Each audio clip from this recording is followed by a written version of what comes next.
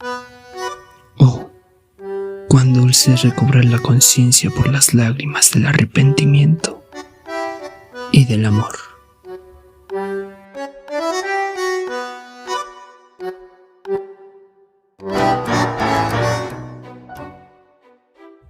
El alma de Venecia.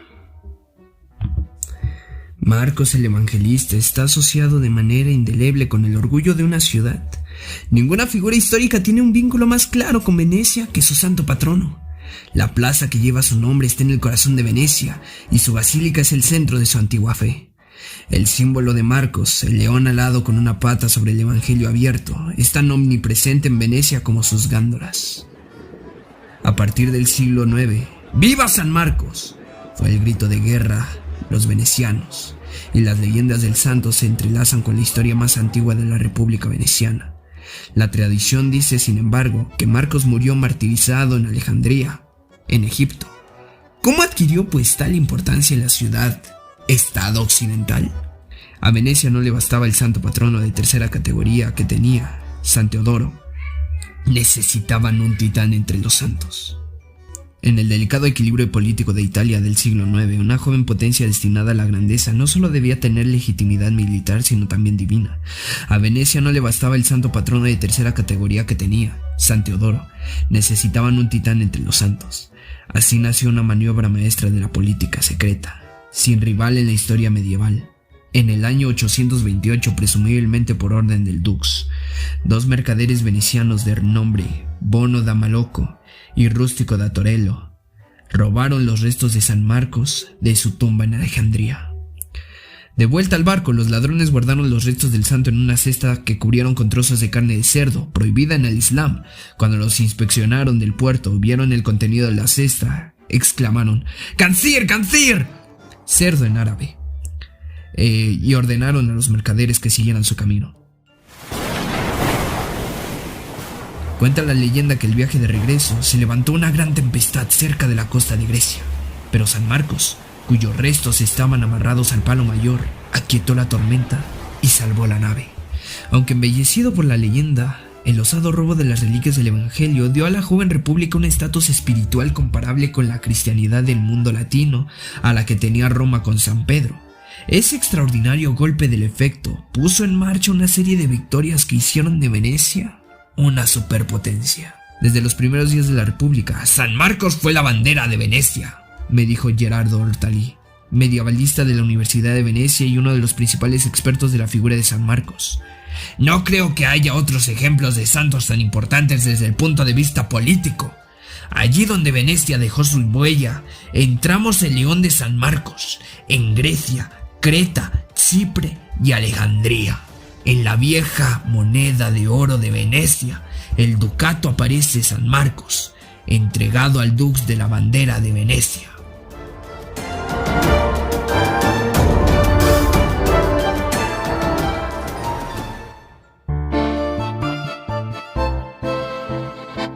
¿Y las reliquias del santo?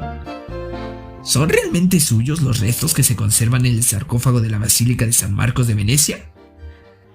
¿Qué hay del cráneo de Alejandría que según la iglesia copta pertenece al santo?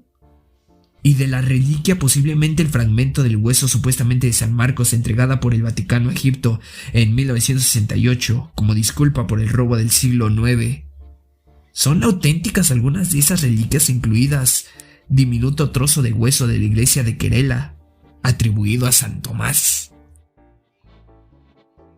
No importa si los huesos eran auténticos o no, dijo Ortali, porque en la Edad Media la mentalidad era muy diferente.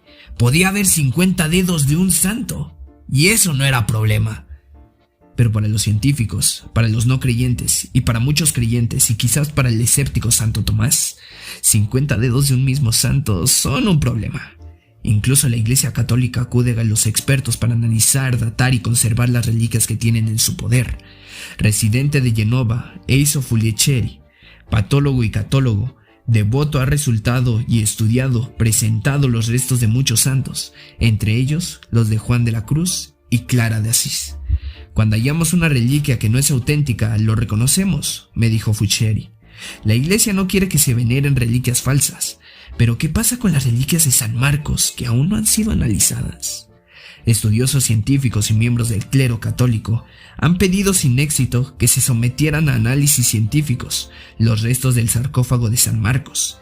Es evidente que la Iglesia tiene muy poco que ganar y mucho que perder con el análisis de estos huesos de tal importancia. Pues claro, si resulta que son falsos, de pendejo dejo que analicen mis huesitos. No, mames. Giorgio Philip, un arqueólogo contratado por el Vaticano, me dijo que se había opuesto al análisis y datación a las reliquias de San Pablo en Roma, anunciado por el Papa en el 2009. Si el sarcófago hubiera estado vacío, o se hubiera encontrado 2 hombres o una mujer, ¿cuál habría sido la hipótesis? ¿Para qué hay que abrir una tumba de San Pablo? Yo no quise estar presente durante esa operación. La investigación subsiguiente permitió recuperar a través de un orificio de un dedo de anchura, perforado en el sarcófago, un fragmento óseo del tamaño de una lenteja, granos de incienso rojo, un trozo de tela morada con lentejuelas doradas y jirones de otra tela azul. Análisis de laboratorio independiente de la Iglesia revelaron que la pieza datada del siglo I o II. La datación del siglo I significa que los huesos podrían ser de San Pablo. Mientras la ciencia no avance hasta el punto de poder revelar detalles más precisos, como que se trataba de un hombre calvo, de baja estatura y procedente de Tarso, el supuesto lugar del nacimiento de Pablo en la costa de Turquía, es poco probable que podamos acercarnos mucho más a la verdad. Huesos aparte, pregunté a Ortali si los venecianos rezan a San Marcos, su santo patrono. Es mejor rezarle a la Virgen o a Jesús, respondió.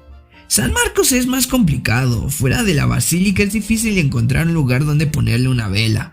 Su figura es muy importante y tiene un enorme simbolismo, pero la gente no le pone velas. En la Iglesia católica y la ortodoxa es habitual que los fieles enciendan cirios y los coloquen delante de las imágenes de su devoción para acompañar su oración a los santos. Como veneciano, prosiguió Ortali, San Marcos es parte de mi identidad, es algo que llevamos en los huesos. Tenemos 2 pies y también tenemos a San Marcos. Venecia fue construida con un alma en cuyo centro se encuentra San Marcos. Cuando la República de Venecia finalmente se disolvió, vencida por Napoleón Bonaparte, el grito de dolor y rebeldía que resonó por las calles no fue ¡Viva la libertad! Ni ¡Viva la República!, sino ¡Viva San Marcos!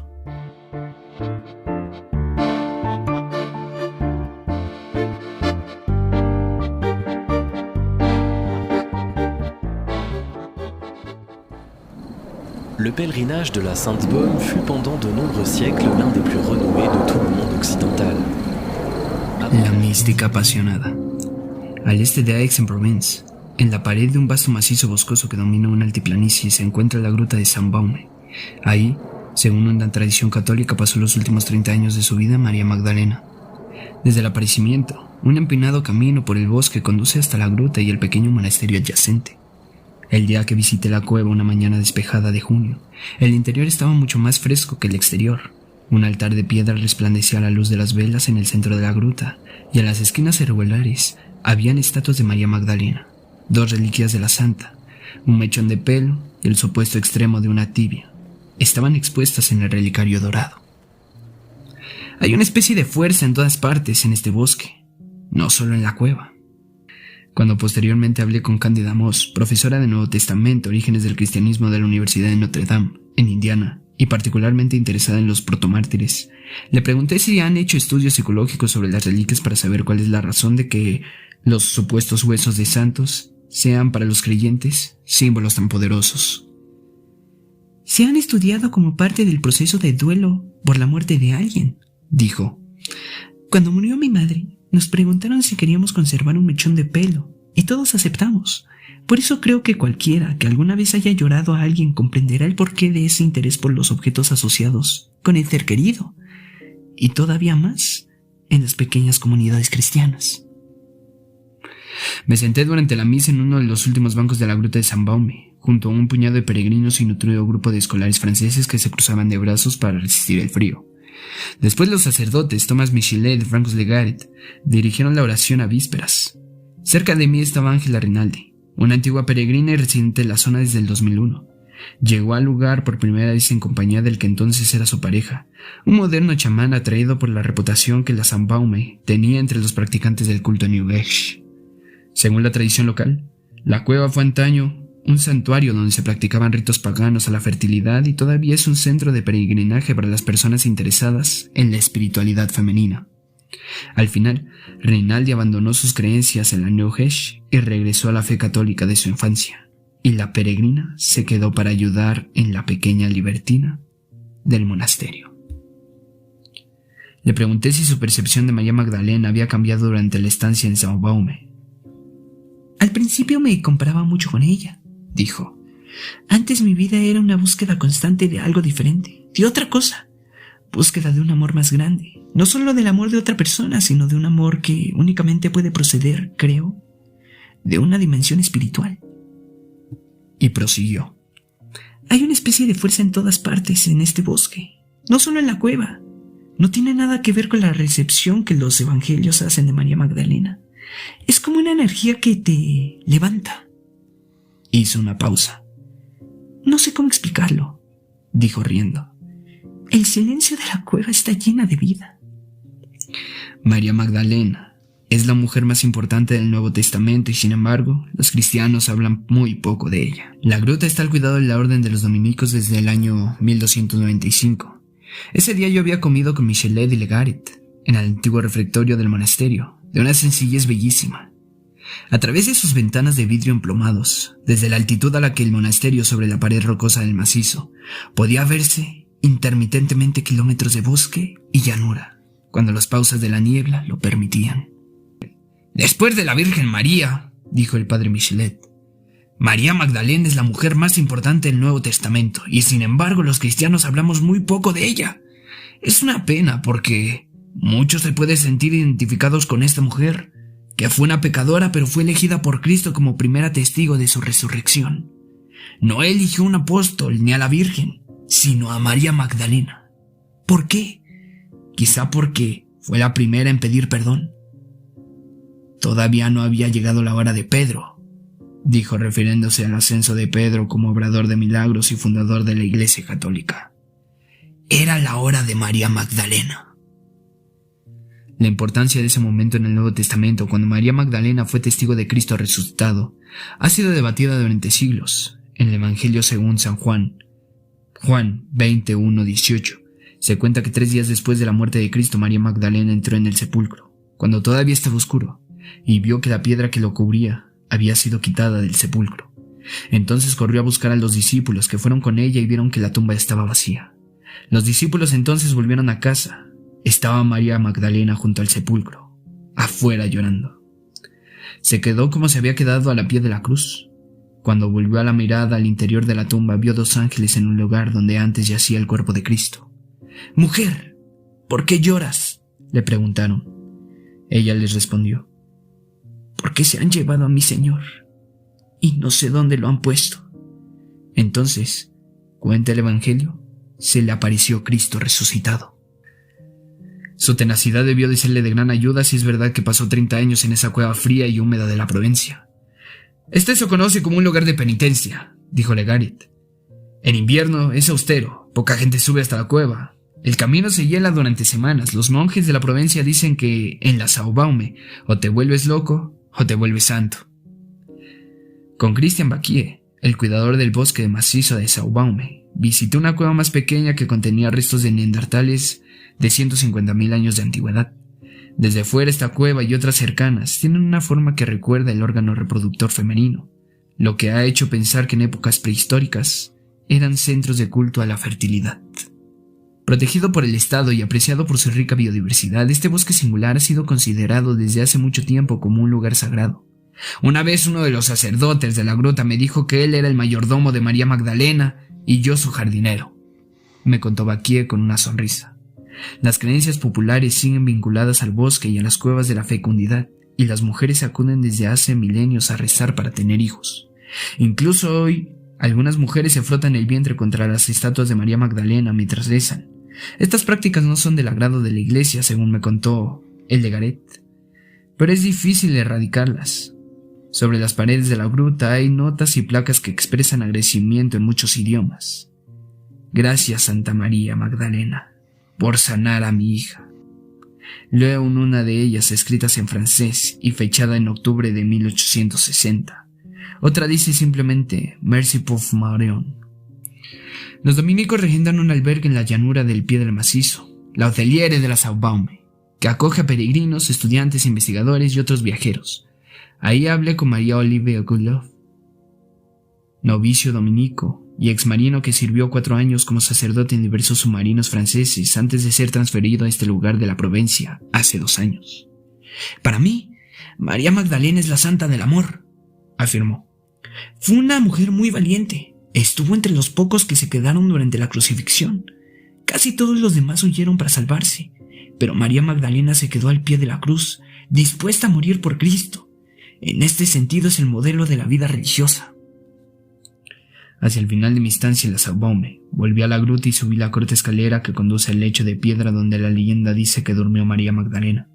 Es el único lugar de la cueva que se mantiene seco. El último de los visitantes ya se había ido, y la niebla entraba por la puerta abierta. De pie en la penumbra, estiré una mano a través de la reja y la apoyé en la piedra. La gruta estaba sumida en el silencio absoluto, salvo por el ocasional goteo de las fuentes, en el mismo manantial de agua fresca del que quizás bebió la santa. Cuando le sugerí a Thomas Michelet que tal vez María Magdalena nunca había venido a la Provencia, él me contestó sin alterarse. Hubo un sacerdote que vivió en esta cueva durante decenios. Decía que aunque era imposible saber si María Magdalena realmente vivió aquí en el siglo I, esa certidumbre era poco importante porque ella estaba aquí ahora.